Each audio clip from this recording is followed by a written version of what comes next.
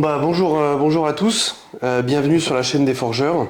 Ici donc on explore ce qui façonne les entrepreneurs, les hauts, les bas, ce qui fait qu'un entrepreneur se retrouve confronté à lui-même. Donc c'est un vrai retour d'expérience.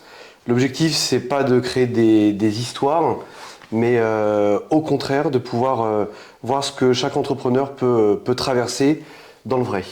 Et on est content aujourd'hui de pouvoir accueillir, alors c'est un grand honneur pour moi d'accueillir Guénaël Cinquin qui fait le plaisir d'avoir répondu à l'invitation. Merci. Merci de m'accueillir avec les forgeurs. Ce que je te propose, c'est en quelques secondes de pouvoir te présenter. On va revenir sur ton activité de manière beaucoup plus précise. Ok. Donc je m'appelle Guénaël Cinquin, j'ai 2 filles de 22 et 26 ans. Et je suis marié et j'habite à Plérin, juste à côté de Vannes. Et donc c'est ma carrière professionnelle qui m'a en fait amené à m'installer en fait à côté de Vannes et à créer mon activité.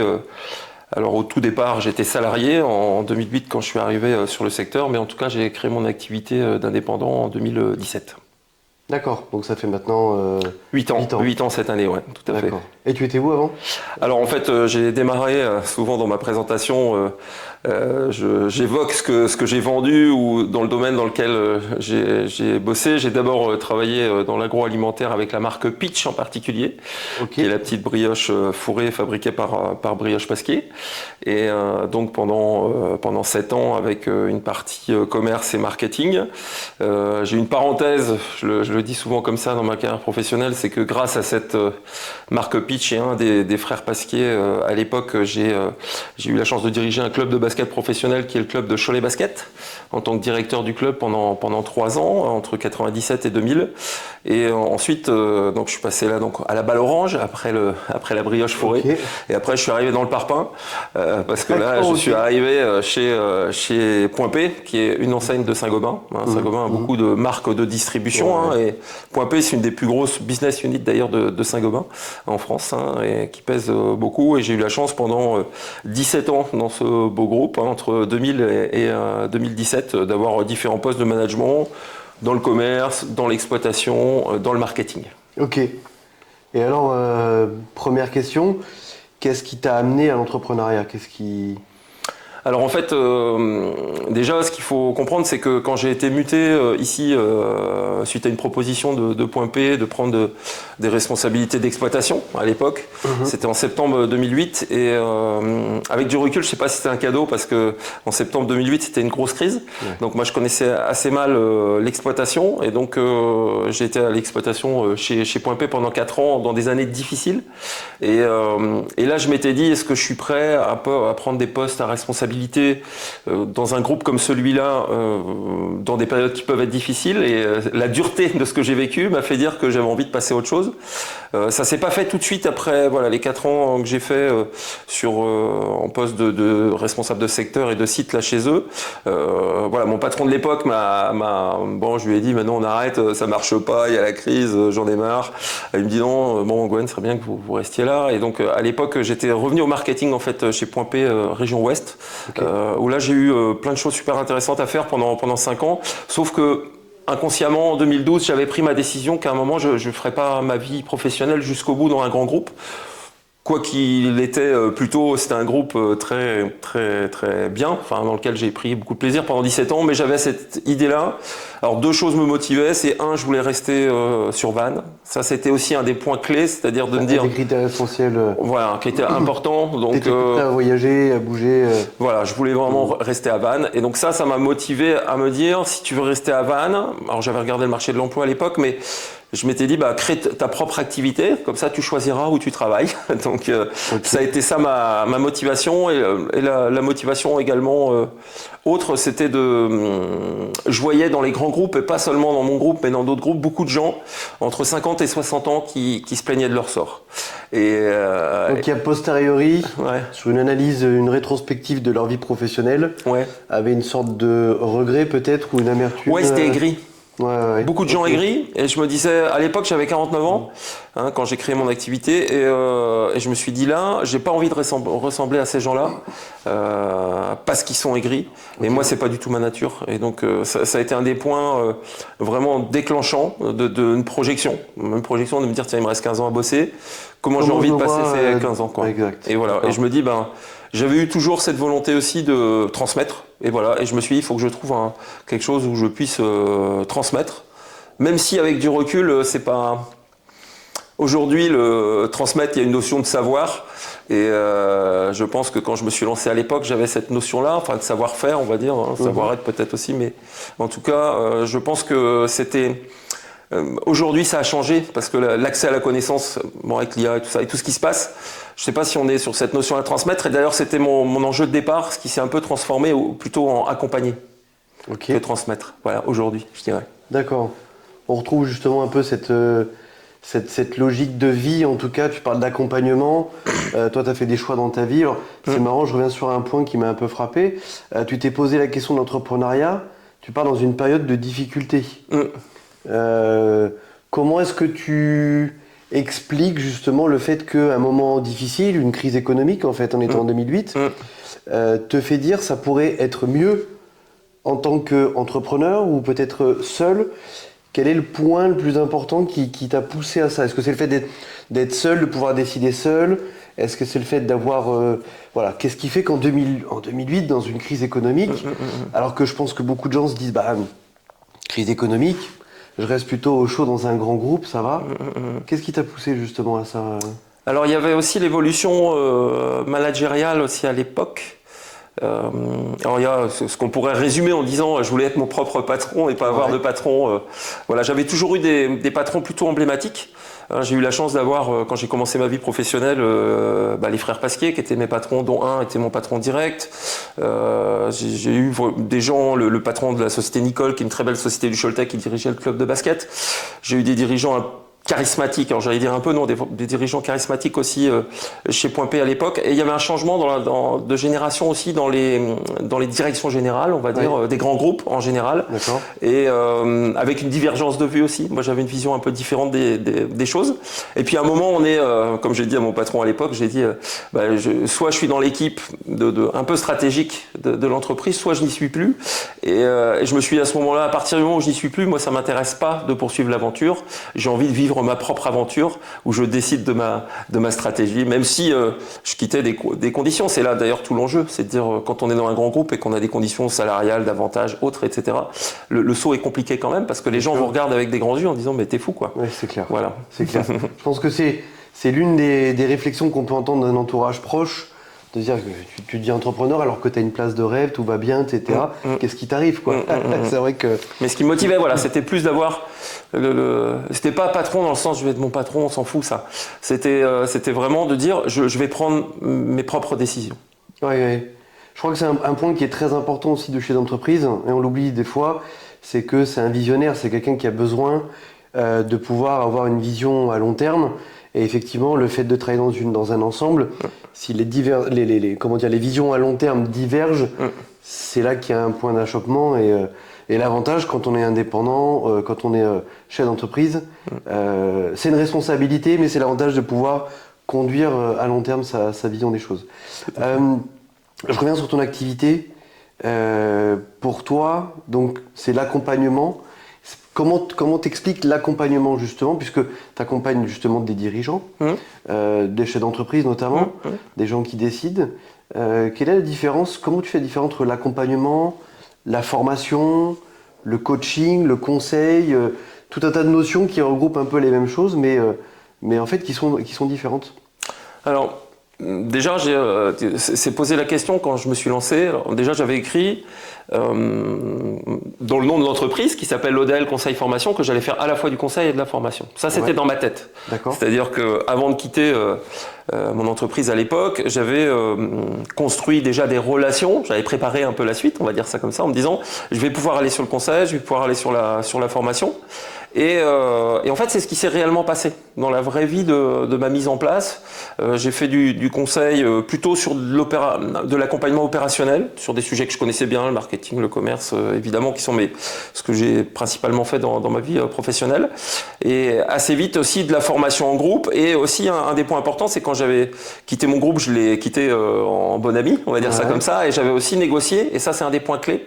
Quand j'ai quitté les entreprises, je suis toujours resté très proche des entreprises que j'ai quittées tout le temps. Okay. Et ça, c'est un conseil aussi à donner, c'est de dire quand on quitte des entreprises, alors ça peut pas, on n'est pas dans le monde de bisounours, des fois ça peut mal se passer, on est d'accord, mais en tout cas, il faut avoir la volonté que ça se passe pour le mieux. Ce qui a été mon cas et ce qui faisait aussi que ça m'a attiré naturellement par la formation, puisque j'intervenais pour Saint-Gobain en tant que sous-traitant de formateur. D'accord. Hein. Donc ça, c'était un des points clés. Je sors, mais je négocie aussi dans ma négociation de départ, de dire est-ce que vous êtes OK que je puisse intervenir demain dans les centres de formation. Donc de salarié pour un grand groupe, tu es devenu prestataire de ce groupe en fait. Hein. Ouais. Et ça, c'est un point clé aussi. C'est ton premier client ? C'est mon premier client. Alors, c'est pas tous les ans mon premier client, mais ça reste encore un client important aujourd'hui. Ouais. Quand je dis premier, c'est historiquement, ça a été ton premier client ? Non, ça n'a pas été mon premier client. D'accord. Ce qui ont été mes premiers clients, c'est alors là, c'est vraiment de l'accompagnement opérationnel de dirigeants d'entreprise sur des sujets, mais pas de coaching. C'était le choix aussi de ne pas aller vers le coaching. C'est un mot, pourtant je travaille dans le sport de haut niveau, pas en tant que coach sportif pour le coup, mais sur la partie autre que le sport. Mais en tout cas, moi, mon but, c'était pas du tout de passer. Alors, je me suis interrogé, mais assez vite, je me suis dit, j'ai pas envie de passer des diplômes de coach, parce qu'on parlera sans doute à un moment de stratégie aussi de développement. Il y a beaucoup de gens qui se revendiquent ça, coach d'entreprise, que je croise. J'en vois beaucoup qui sont pas très compétents vu de ma fenêtre parce qu'ils sont pas assez opérationnels. Donc je me suis dit, moi, en tout cas dans mon identité, c'est-à-dire je vais pas aller passer des diplômes de coaching pour mettre en avant je suis coach d'entreprise. Pour moi, j'aime mieux cette notion-là d'accompagnement parce que l'accompagnement, il va sur plein de choses et le coaching, il est plutôt lié à la personne, alors que moi, je suis sur un accompagnement où on embarque la personne, mais on embarque les équipes aussi sur des projets plutôt opérationnels, même si on travaille sur le champ de la personne aussi, quoi. C'est pour toi, ça, c'est ta différenciation par rapport à tes concurrents ou aux personnes qui font ça, parce que c'est un écosystème où il y a beaucoup d'intervenants, il y a beaucoup de, on entend beaucoup, enfin on voit sur LinkedIn des propositions de coaching, d'accompagnement de dirigeants, etc. Il y en a pléthore aujourd'hui. Toi, ta différenciation, c'est quoi ? Comment t'exprimerais ça ? Il y en a une tartine, comme tu dis, quoi. C'est-à-dire, tout le monde se revendique un peu coach. Il y a plein de gens de l'âge que j'avais à l'époque, 49 ans, qui se disent, il y en a plein qui veulent changer d'air à 50 ans. Et donc, ils se disent, ça y est, je vais me lancer sur ce domaine-là. Et après, et on en voit, comme tu dis, sur LinkedIn aujourd'hui, il y a plein de gens qui se revendiquent coach et dont la majorité sont sans doute très, très opérationnels. Je pense que ma différence, c'est d'être sur des choses très opérationnelles. C'est-à-dire de se dire, on regarde ensemble identifier ensemble ce qui est en fonction du sujet, hein, des difficultés, des projets qu'on peut mener, et surtout dans la consultation aussi du collectif de l'équipe. C'est-à-dire qu'à un moment, on peut pas faire avancer des projets dans une entreprise si l'entreprise ne joue pas collectif. Et donc ma différence, il y en a d'autres qui font ça, mais c'est d'aller chercher en tout cas la montée en compétence de l'ensemble de l'équipe pour l'entreprise. Et pour ça, j'ai été creusé sur des champs complémentaires. Et ça a été vraiment aussi, c'est un des points clés.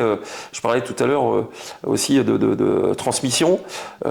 Au départ, quand j'ai commencé, il a fallu tout un sas de se désaccoutumer. 17 ans dans une grosse entreprise, on est comme un cheval avec avec des œillères. Avec des œillères. Quand tu parles de SaaS, on parle d'environnement de SaaS comme dans une banque. Voilà. On parle pas de SaaS avec 2 A. Hein. Ah oui, on est d'accord, Le SaaS, comme voilà, hein, c'est une période intermédiaire, quoi, hein, qui a été nécessaire de plusieurs mois parce que quand on sort de 17 ans dans une grosse entreprise, j'avais eu que des postes où j'avais encadré des équipes de 5 à 200 personnes et avec une marque forte, une couleur forte, hein, Point P Orange, c'est une couleur forte.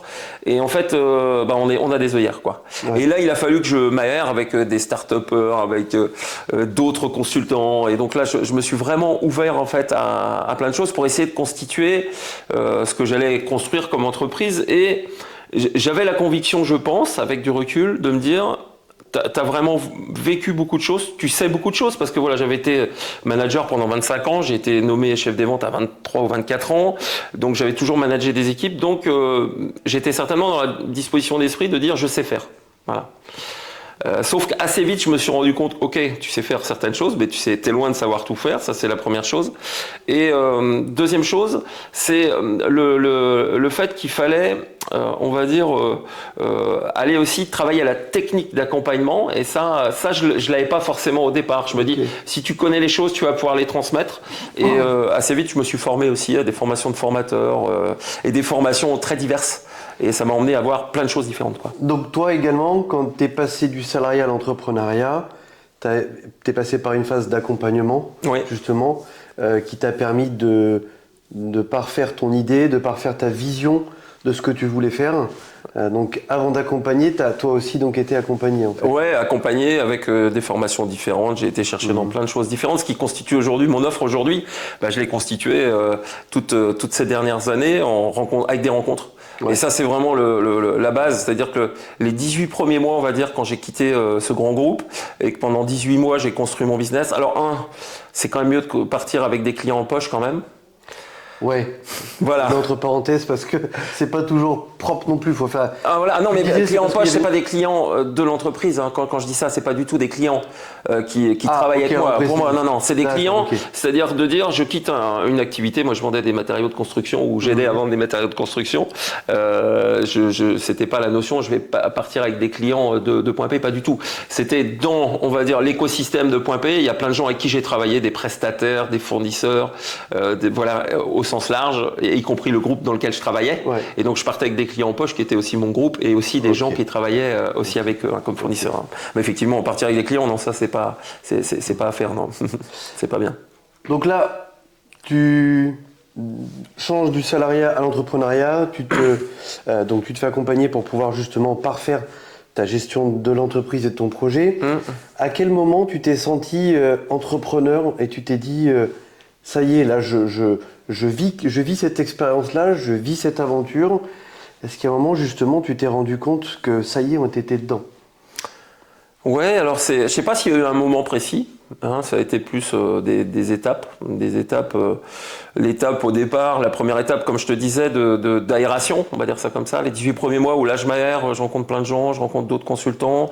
Je rencontre mes anciens, voilà, les différentes parties prenantes que j'avais qui peuvent devenir pour certains mes clients et des clients tout de suite, des personnes qui m'ont tout de suite fait confiance. Et après, tu vois, encore aujourd'hui, ce mot-là d'entrepreneur me gêne me concernant. C'est pas qu'il me gêne, mais ok, je suis entrepreneur. Alors déjà, je travaille seul. Alors, parfois, j'ai un alternant. Je travaille aussi avec des collègues que je fais travailler pour moi. Hein, c'est-à-dire dans le milieu des consultants, ça marche, ou de la formation, ça marche souvent comme ça. Est-ce que je m'estime encore entrepreneur? Je ne sais pas, parce que je fréquente encore des entrepreneurs, on va dire, qui ont des boutiques où ils ont 50, 100, 200, 300 salariés. Et je me dis, ça, c'est les mecs, ils investissent des millions d'euros dans des machines, dans des... Je me dis, putain, ok, ça, c'est des vrais entrepreneurs. Et voilà, l'indépendant, quoi. Voilà, je suis un indépendant. Entrepreneur, je ne sais pas, parce que moi, dans cette notion-là de l'entrepreneur, il y a cette notion peut-être aussi d'entreprendre et d'avoir des équipes et des salariés. Voilà, c'est pour ça que ça ne me rend pas très à l'aise. D'accord, c'est marrant ces définitions en effet d'entrepreneur qui pour toi intègrent une question de dimension, ouais. Aussi bien managériale, humaine, que d'aspect financier. Ouais, et puis d'investissement, ouais. C'est-à-dire de dire, voilà, si on est entrepreneur, il y a cette notion-là. Alors, ok, hein, pas de souci quand on me dit t'es entrepreneur, ça, je l'accepte complètement, mais je vois autour de moi, et ce qui m'impressionne d'entrepreneurs de taille d'entreprise comme ça, en ce moment, et c'est pour ça que je dis c'est des vrais entrepreneurs, entre guillemets, mais il y a une crise quand même, en particulier dans le bâtiment. Je travaille avec beaucoup de boîtes de bâtiments, des industriels, distributeurs et autres. Et l'environnement est quand même pas bon du tout dans le bâtiment en ce moment. Et ces personnes-là continuent d'investir, quoi. Ils disent, ok, on va mettre sur la table tant de millions d'euros et on va construire des usines. Bravo, quoi. C'est un conseil que tu donnerais justement, c'est-à-dire qu'en période de crise, en période de difficulté, continuer justement à investir, continuer à transformer, peut-être l'investissement, à quoi il sert? À transformer l'outil de travail, à aller chercher de nouveaux marchés, à communiquer. Ça fait partie des conseils que tu pourrais donner à un chef d'entreprise qui peut nous regarder, de dire tiens, en ce moment c'est compliqué, qu'est-ce que je fais? Qu'est-ce que je fais? Il y a vraiment si je reviens à mon petit niveau et faire d'entrepreneur indépendant et aux entreprises, il y a un point clé quand même, c'est la trésorerie. Ouais. Et si je reviens à un indépendant, si j'avais des conseils à donner à un indépendant, c'est moi j'ai été bien conseillé Ouais. quand je me suis lancé parce les 2 premières années j'avais la chance d'être accompagné par France Travail, enfin Pôle Emploi, et d'avoir une rémunération de ce côté-là et de me former par ailleurs et de constituer déjà du chiffre d'affaires. Je me payais pas avec l'entreprise, mais au moins constituer du chiffre d'affaires qui a constitué une trésorerie à l'entreprise. Et ça. Ok. C'est pareil en tant que petite entreprise et de grande entreprise. C'est-à-dire que c'est à un moment, il faut réussir quand même à constituer une certaine trésorerie. Pour, par exemple, cette année, l'année n'est pas bonne. Je travaille beaucoup avec le bâtiment, elle est moins bonne, on va dire. Ouais. Si tu n'as pas constitué une trésorerie, bah, tu es sous pression en permanence. Et que la pression de ça te fait mal réfléchir, te fait pas prendre de la hauteur et te fait tout ça.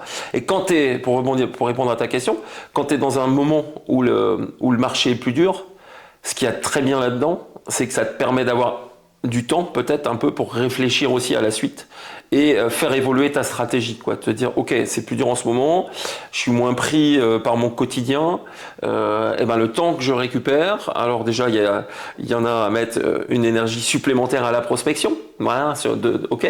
Il faut redoubler d'efforts justement dans les périodes comme ça, compliquées. Voilà, et monter en compétence, quoi. C'est Ouais. je vais chercher d'autres clients, ça c'est la première chose. Je vais réfléchir aussi quel autre client je vais chercher, comment je vais les chercher, etc. Ça, c'est s'il y avait 50-50, 50% je vais faire ça. Je vais dire, ok, c'est la galère, il y a moins de chiffres. Je vais chercher des nouveaux clients. Et l'autre moitié, c'est je me pose et je regarde. Et je prends de la hauteur, Ok. je me forme, je regarde la stratégie, je regarde ce que je vais faire dans les mois à venir, quoi, et les années à venir. C'est vrai que les moments justement dits de crise, qui sont des moments de ralentissement économique en général, c'est des bonnes périodes pour se remettre en question. Parce que quand on est dans des moments, dans des marchés, sans aller jusqu'à des marchés euphoriques, mais des marchés qui pulsent bien et qui avancent vite, c'est là qu'on a moins de temps pour prendre du recul dans son activité. Ouais. Et on prend des habitudes. Et c'est vrai que ces moments de ralentissement économique peuvent être des périodes de transition d'ailleurs. Hein. On a beaucoup d'exemples d'entreprises qui ont changé et qui se sont transformées pendant ces périodes-là, quoi. Toi, à titre professionnel, tu te souviens de quelque chose, une difficulté particulière que tu as rencontrée, une sorte de bas, une sorte de moment de doute, de moment de questionnement qui n'était pas dépendante du marché ou de la situation économique, mais où tu t'es dit, oh, là, je suis allé dans un sens qui n'est pas le bon ou toi, qui n'est pas viable à long terme? Ouais, alors c'est à peine un sens à mon business, ce qui est compliqué pour... on a tous des personnalités différentes. Moi, j'ai évidemment ma propre personnalité et on va dire toutes les contraintes. C'est-à-dire que je reprends quand j'ai été manager, j'ai accompagné à un moment les artisans du bâtiment de manière un peu transversale quand j'étais au marketing pour les aider à progresser aussi dans leur métier. Hein, c'était les prémices de ce que fait aujourd'hui Point P pour accompagner les artisans du bâtiment. Et donc j'ai travaillé là-dessus. Qui sont ses clients en fait. Qui sont ses clients, quoi. Comment j'accompagne mes clients à mieux se développer parce qu'ils mâcheront plus de matériaux, ils vont se développer. Et souvent je me disais mince, les artisans ils exagèrent parce que finalement, avec un peu d'effort sur ce plan-là administratif, ce serait assez simple pour eux de développer leur business. Et après, j'ai été moi artisan de la formation. Et je me suis rendu compte qu'en tant qu'artisan de la formation, du conseil, de l'accompagnement, il y avait des contraintes vraiment fortes administrativement. Légalement, j'aurais quasiment tendance à dire, puisque aujourd'hui, par exemple, quand on fait de la formation, on a l'obligation d'être Calliope, qui est une certification. Et ça, c'est des choses qui sont lourdes à mener. Et qui sont pesantes, c'est-à-dire que je m'y suis engouffré en me disant est-ce que tu fais bien d'aller jusque-là, de prendre cette certification, vu tous les répercussions que ça va avoir sur l'administratif, si tu veux, et ça m'a interrogé à des moments. Alors après, aujourd'hui, le business de l'accompagnement et de la formation est fait de telle façon que ça paraît indispensable d'être Calliope, mais je me suis interrogé, quoi. J'ai avancé sur cette voie-là de la certification en me disant faut y aller, faut pas y aller, vu les contraintes que ça représente, voilà. Bon, ça devient une chance, tu es obligé d'y aller, quoi. Voilà, tu es obligé d'y aller. C'est une obligation aujourd'hui pour toi? Alors c'est pas une obligation, mais dans mon business, oui, c'est-à-dire que les 2/3 de mon chiffre d'affaires, ça rentre sur le champ de la formation, quoi. Formation individuelle ou à plusieurs, peu importe, mais. Donc on pourrait dire que sans être obligatoire, si tu ne l'avais pas, si tu perdrais du business. Ouais, clairement, oui. Parce qu'aujourd'hui, en termes, on parle de remboursement, peut-être de prise en charge. Prise en charge par les OPCO, etc., dans le domaine de la formation, les entreprises cotisent de manière obligatoire des fonds sur la masse salariale, et c'est ce qui sert à financer la formation, quoi. Et c'est vrai que si tu es sur le champ de la formation et que tu dis je fais de la formation et tu n'es pas Calliope, alors tu te prives de beaucoup d'entreprises, voilà. Alors tu peux bosser, mais c'est un, on va dire, laisser passer, ou je sais pas, mais voilà, une validation importante, quoi. La réglementation en France ou en Europe, elle est souvent, elle peut être bloquante, mais en fait, elle permet aussi à d'autres, par ce choix, par des investissements, de pouvoir se différencier, en fait. Bien sûr, c'est une différenciation. Et d'après toi, pardon, vas-y. Est-ce que d'après toi, justement, ce genre de label permet de sélectionner je vais pas refaire les inconnus, mais les bons et les mauvais entrepreneurs. Les bons et les mauvais chasseurs. Alors je pense que ça fait monter quand même en compétences, voilà. C'est-à-dire que ça engage, par exemple dans le champ de la formation, il faut faire des évaluations à chaud le soir pour que les gens évaluent la formation. Alors à chaud, c'est souvent bien, les notes sont souvent bien, etc. Mais ça permet il y a les notes, bon c'est une chose, mais il y a surtout tout le verbatim aussi qui est produit par exemple par les stagiaires et qui est intéressant pour te faire progresser toi. Donc ça c'est aussi quand même un outil qui est contraignant d'un côté, mais qui te fait monter en compétence de l'autre, quoi. Donc moi je le vois, il y a toute la partie, on va dire réglementaire. Alors c'est vrai que le fait d'avoir une certification Calliope dit pas que c'est un excellent organisme de formation, mais oblige quand même à ce que les formations soient évaluées. Donc il y a quand même certaines contraintes qui fait que quand on est Calliope, bon ça, il y a des chances que ce soit pas mal. L'effort, l'exercice d'introspection permet quand même de valoriser un petit peu le contenu. Tout à fait. Après, c'est compliqué pour moi parce que, encore une fois, je préfère passer du temps à trouver des clients, je préfère passer du temps à animer des accompagnements. Je préfère passer du temps plutôt que de faire l'administratif qui est nécessaire autour de Calliope, quoi. Ok. Aujourd'hui, si tu avais... alors c'est marrant parce que tu as une expérience qui est quand même très intéressante et je pense que beaucoup de gens aujourd'hui, beaucoup de personnes se posent la question que tu t'es posée. Toi, tu as fait le grand saut il y a quelques années de ça. À t'entendre, je pense que tu le regrettes pas. Non. Quels sont les conseils que tu pourrais donner justement à ces personnes qui hésitent encore à se lancer dans l'entrepreneuriat Alors, on a la chance d'avoir aujourd'hui le web, c'est-à-dire il faut beaucoup s'informer, il faut regarder beaucoup d'outils, il faut regarder la pluralité aussi des outils, il faut pas se limiter à des articles sur un portail, etc. Il faut aller faire des recherches larges, ça c'est une première, on va dire, c'est un des éléments. L'autre élément, c'est d'aller à la rencontre des gens, il n'y a pas mieux que d'aller dire si j'ai envie de faire un métier, aller discuter avec les gens qui font ce métier-là. Ça c'est la deuxième chose. Et la troisième chose, il y a vraiment la dimension économique. Ça veut dire qu'aujourd'hui, on a tous une vie personnelle et de se dire qu'est-ce que j'accepte de gagner chaque mois pour que l'équilibre familial tienne. D'accord. Il y a cette projection-là. Et on construit à partir de ça. C'est de dire, j'ai une vision, alors on a la chance en France, ça peut arriver qu'on touche, quand on a été longtemps salarié, qu'on puisse faire une rupture conventionnelle par exemple, alors c'est pas toujours le cas, mais qu'on va être accompagné au moins pendant plusieurs mois par France Travail. Donc on a cet élément-là, et puis après il y a à se dire, quand ça va se terminer dans un an, dans 18 mois, etc., qu'est-ce que j'ai besoin d'avoir pour vivre ? Voilà. Après, et peu importe, on peut remettre en cause sa rémunération. C'est-à-dire, avant je gagnais tant, maintenant je gagnerai tant, ça m'ira parce que mais les contraintes personnelles passent quand même avec ce niveau de rémunération. Mais ça, c'est important parce que souvent, et je vois quand même plein d'indépendants qui galèrent, quoi. Qui galèrent. Qu'est-ce que tu as qui galèrent, c'est-à-dire que financièrement, ils ne touchent pas suffisamment d'argent pour vivre correctement. Et ce paramètre-là de dire... c'est un calcul inverse, c'est-à-dire que soit tu es au calcul en disant voilà, je fais mon business plan, je vais faire 50 000 euros de chiffre d'affaires, 100 000, 200 000 euros. On part de la globalité et après on se dit voilà, qu'est-ce qui va rester. Ou alors on se dit voilà, il me faut pour vivre par an, il faut au moins que j'ai 30 000 euros de rémunération, 20 000, 50 000, 100 000. Et voilà, on part de ça et on se dit et on remonte quoi. Okay. Tu vois, c'est la confrontation des deux. Dans un business plan, c'est par le haut ce que j'ai envie de développer comme business, avec quel client et quel chiffre d'affaires j'envisage de le faire. Et par le bas, on va dire, c'est combien il me faut pour vivre correctement ma vie une fois que, soit tout de suite parce que j'ai démissionné et puis il faut que je crée mon activité, j'ai pas de Pôle emploi ou France Travail, il faut que je bosse tout de suite et que je fasse du chiffre d'affaires. Tu vois, c'est tous ces paramètres-là. Et ça, c'est important d'avoir cette vision-là au départ et ce choix-là, comme moi je l'ai fait à l'époque, de dire je sais que ma rémunération au départ elle va baisser, ça c'est sûr. Je pense pas que je retrouverai ce que j'avais avant, mais voilà à peu près où ça va se situer quoi. Et tu vas gagner d'autres choses. Alors par contre tu vas gagner, effectivement, ça je parle de la REM parce que c'est important quand même. Oui. Et ça c'est un élément essentiel quand on se lance aussi personnellement, c'est de savoir combien il faut qu'on gagne, qu'on gagne pour que l'équipe familiale aussi soit, on va dire, respectée, parce que la règle, voilà, dépression, dépôt de bilan, et puis divorce, et voilà, ouais. Et c'est pas, j'ai vu plein de gens quand même concernés par ça, parce qu'à un moment, quand tu quittes un emploi, tu prends un risque, et ce risque, il doit être le plus mesuré possible. Et alors justement, ça me permet de rebondir sur un point.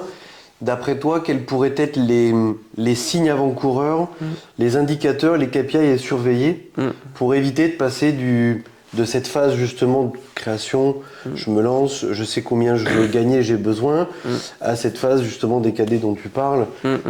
Quelles sont les choses à surveiller ? Il faut se surveiller soi-même. Ça veut dire que, alors plus facile à dire qu'à faire, mais en tout cas, je pense que c'est nécessaire. Alors, vraiment d'être accompagné aussi quoi, c'est-à-dire on a toujours du mal à exprimer parce qu'en France on est foutu comme ça aussi, ces difficultés, les échecs et tout en France c'est vraiment très mal perçu quand un dépôt de bilan on reste encore en France très critique sur ça et tu veux dire que la difficulté, même parce que l'échec, on sait que l'échec, les dirigeants ont beaucoup de mal à en parler, à l'avouer ou à se le dire. Donc même au stade des difficultés, c'est compliqué. C'est compliqué de l'exprimer, je pense, que l'entreprise est en difficulté, etc. Je pense que ce qui génère des difficultés personnelles, au-delà des difficultés professionnelles, quand j'imagine quand on est dirigeant. Et je pense qu'il faut en parler, il faut... Souvent, quand j'accompagne les entreprises, je donne la notion de pas de côté. Voilà, c'est un point essentiel dans les techniques de management, de faire un pas de côté. C'est-à-dire qu'on vit sa situation et on se dit, moi j'ai ma vision, mon biais en tant que dirigeant de l'entreprise. Et le pas de côté, c'est de dire, allez, je prends du recul et je regarde la situation différente. Et aussi, je peux le faire avec des gens que je projette sur cette situation-là. Des gens en qui j'ai confiance et qui sont pas forcément des consultants. Parce que évidemment, si l'entreprise est déjà en difficulté, d'aller se payer un consultant qui va venir intervenir, c'est compliqué. Pourtant, c'est, je pense, indispensable d'avoir quelqu'un de l'extérieur ou d'autres dirigeants d'entreprise. Parce que moi, j'anime un club avec quelques dirigeants d'entreprise qui partagent régulièrement leurs soucis du quotidien et leurs réussites. D'abord leurs réussites et après leurs soucis, mais un peu des deux. En tout cas, il y a vraiment un échange qui est riche parce qu'entre pairs, ils vont échanger de leur sujet du quotidien. Et il y a cette notion-là, faire un pas de côté, ça peut revêtir des formes différentes. C'est parler avec des pairs, c'est parler avec un consultant extérieur, c'est se faire accompagner aussi. Il y a plein d'organismes en France dont, on est le pays des organismes. Alors il y en a bien de trop, quoi. Il y en a bien de trop parce qu'il y en a tellement qu'on ne sait plus à qui s'adresser quelque part. Mais en tout cas, il faut creuser aussi ça en se disant, tiens, avec qui je peux parler de mes préoccupations. Et pas hésiter aussi à aller sur des champs plus il y a plein de choses qui se font dans la sophrologie, etc. Aussi des champs un peu différents de ce qui existe dans le quotidien pour aller chercher justement un peu de sérénité aussi, quoi, d'une façon ou d'une autre.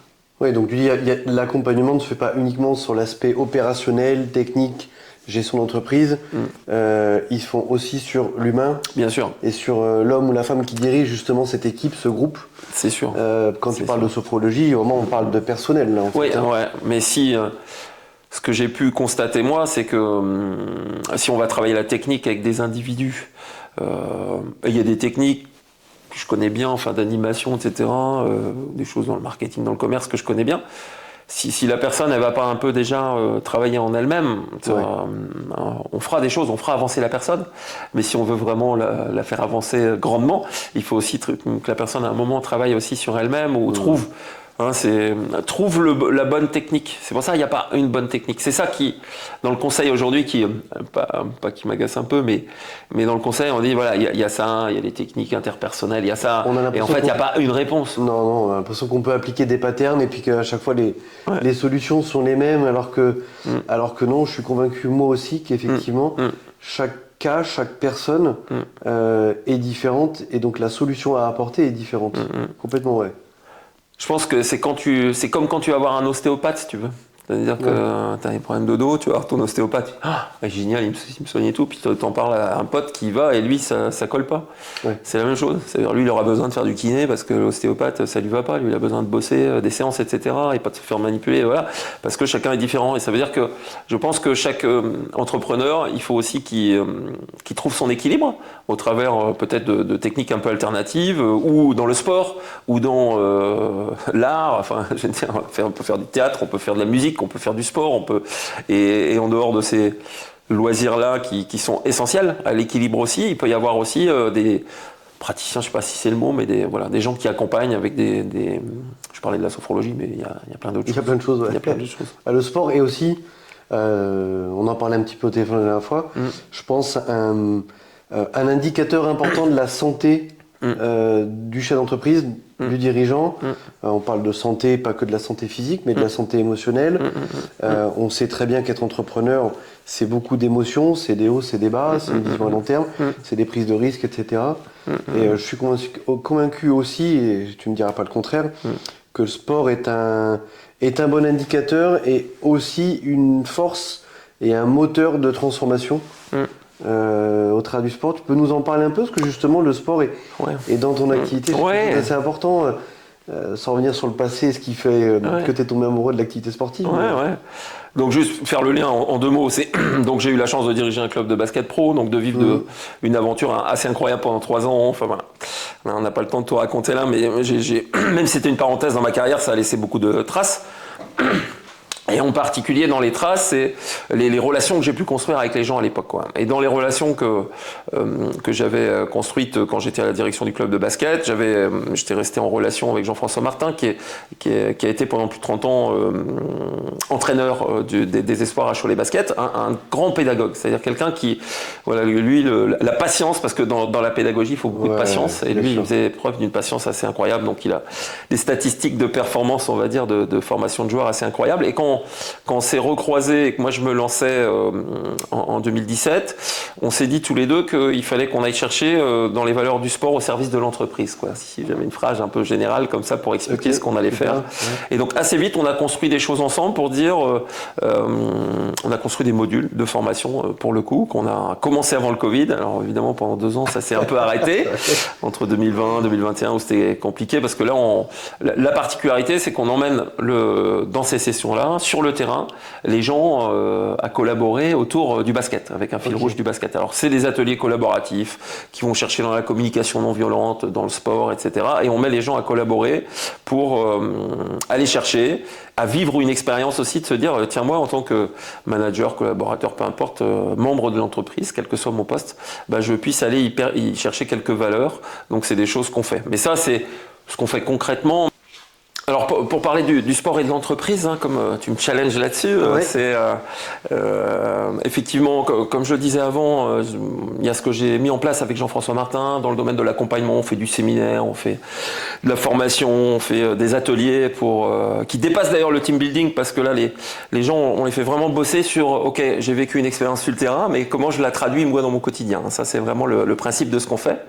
Mais on va dire au-dessus de ça ou en complément de ça, il y a toutes les activités physiques en général, c'est-à-dire d'encourager les gens à bouger leur corps, et que ce soit en allant marcher dans les entreprises, on a des fois des parcs à côté ou des choses ou des lieux qui permettent de marcher, et je donne toujours le conseil d'aller se mettre en action, quelle que soit l'action qu'on met en place. Il y a un concept d'ailleurs anglo-saxon qui parle du NEAT, alors j'ai plus la signification des 3 lettres, mais qui dit qui parle de toutes les activités que tu peux avoir avec ton corps, qui fait qu'en mettant ton corps en action, ça va t'aider à mieux penser. Et ça, une des grosses conclusions que je mesurais pas peut-être quand je me suis installé il y a 8 ans, c'est mettre en action son corps ou son esprit d'ailleurs et son mental. Et où même, ça va même ensemble. Et où ensemble, c'est plutôt et son esprit. Ouais. Hein, ça facilite les choses. Hein. C'est pour ça que je recrute, quand je conseille à des gens qui recrutent, je leur dis plutôt que de s'asseoir face à face, là, tiens, prends par la main la personne, entre guillemets, et puis va marcher dans l'entreprise. Tu verras que tu en apprendras beaucoup plus à marcher à côté d'elle, voir les interactions avec les gens en face ou des choses comme ça. C'est-à-dire mettre le corps en action. C'est-à-dire, moi, je suis intimement convaincu de ça. Et d'ailleurs, j'en parle souvent au travers des formations. Et il y a de très belles expériences qui me sont remontées quand j'accompagne des entreprises. Quand ils testent des choses, ça marche, quoi, bizarrement. Très bien. Merci pour ta vision quelque part de l'entreprise, de l'accompagnement, de l'entrepreneuriat. Avant de finir, j'aimerais te soumettre un jeu, un exercice. Tu sais qu'avec Carole, on développe une forme d'accompagnement basée sur des bootcamps qui sont en fait des retraites qu'on peut appeler, sur l'espace de 2 jours, de se concentrer. Donc, t'en parlais tout à l'heure, on est convaincu aussi que la force de l'équipe, du partage entre pairs, permet de trouver des solutions, permet de trouver des axes de progression, de transformation, qui aujourd'hui sont de plus en plus nécessaires au vu de la situation et du monde qui change très vite. Et donc au travers de ces bootcamps, on veut justement apporter tous ces éléments nécessaires aux chefs d'entreprise. Alors, tu n'as pas participé encore, en tout cas, à ces moments-là. Pour l'instant. Pour l'instant. Si tu es d'accord, je voudrais te proposer un jeu, une expérience. On imagine qu'aujourd'hui, tu viens de passer 2 jours avec nous. Comment est-ce que tu aimerais parler de cette expérience? Qu'est-ce que tu aurais vécu? Qu'est-ce que tu aurais gardé? Qu'est-ce que tu aurais aimé? Et éventuellement, qu'est-ce que tu aurais un peu moins aimé que tu pourrais nous apporter comme axe de changement? Alors, c'est vrai que j'ai pas eu la chance de participer. En tout cas, je suis intimement convaincu qu'un dirigeant qui choisit de se mettre au vert, la mise au vert, nous on propose ça aussi pendant 2 jours, de se mettre au vert à des dirigeants ou des managers ou peu importe, parce que c'est ce langage-là dans le sport. On parle souvent de mise au vert dans le sport, donc on l'a dupliqué dans le domaine de l'entreprise. En tout cas, pour boucler avec votre projet de bootcamp ou de vos bootcamps, c'est dire il faut prendre 2 jours où on débranche déjà. Ça, c'est la première chose, on débranche le quotidien. C'est-à-dire il faut savoir faire ce choix-là de dire j'arrête et pendant 2 jours, je débranche. Aussi, je me mets en mode avion, j'éteins le portable, voilà, même donc, si je vais... C'est déconnexion, quoi.